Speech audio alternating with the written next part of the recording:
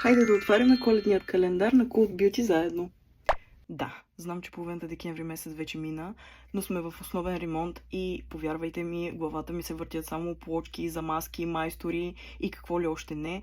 Така че нямам никакво време напоследък да снимам каквито и да било в видеа. И не ме питайте как съм устояла да не отворя до сега целия календар. Особено имайки предвид, че Cult Beauty още в края на септември ми го шипнаха и това нещо седи в стаята ми и го гледам всеки божи ден. Но ето, че най-накрая настъпи момента да го отворим заедно. Тази година всъщност коледния календар на Cult Beauty беше в два варианта, като един от тях съдържаше парфюми, а другият съдържаше само козметика и гримове. Като разбира се, аз нямаше как да се мина и трябваше да взема по-големия календар.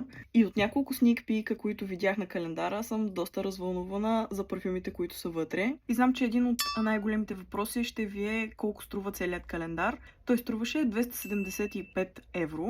Като двата най-големи плюса в този случай бяха, че не се плащаше мито за него и имаше гифт карта на стойност 20 евро, която можеш да похарчиш в сайта, както и аз направих. И ви показах какво си купих в едно от предните ми видеа. За тези от вас, които не са го гледали, а ви е интересно какво съм си купила, може да отидете в профила ми и да скролнете по-надолу и ще го намерите. Така че без повече да ви бавя, нека преминем към отварянето му. За моя радост, първата кутийка е на доста удобно място. И в нея се крие продукт на Summer Fridays. Като това е тяхният Jet Lag Skin Soothing Hydration Mist. С други думи, хидратиращо спрейче за лице. Ето как изглежда и то отвътре. Аз в момента имам малко грим на лицето, но все пак ще го пробвам. Няма мирис на абсолютно нищо. Както може да видите, придава доста хубав озаряващ ефект, което изключително много ми харесва. Сега прочетах отзад, че се нанася единствено и само на чиста кожа, но няма значение, дори и върху грим много ми харесва какъв блясък придава на лицето. Все пак нямам търпение да го видя и на чиста кожа как се представя. Ще връщам всяка една кутийка обратно на мястото й, защото ако извадя 3 или 4 кутийки, ще почнат да падат абсолютно всички и най-вероятно ще видим продуктите вътре в тях, без да сме стигнали до този ден.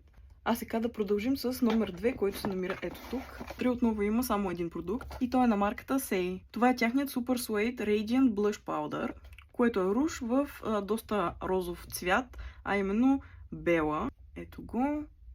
Наистина цветът му е изключително розов. Доколкото знам, тези ружове са с доста натурални съставки и нямат много голям срок на годност. Но пък в същото време хората казват, че са доста добри. Единственото ми притеснение тук е този цвят, защото със сигурност не е моят. Ще го сложа ето тук. Не е прекалено пигментиран. Даже, честно казано, едвам се вижда. Но със сигурност успяваш да го надградиш. Така че, знае ли се, може пък и да ми хареса. Номер 3 е малка кутийка и ето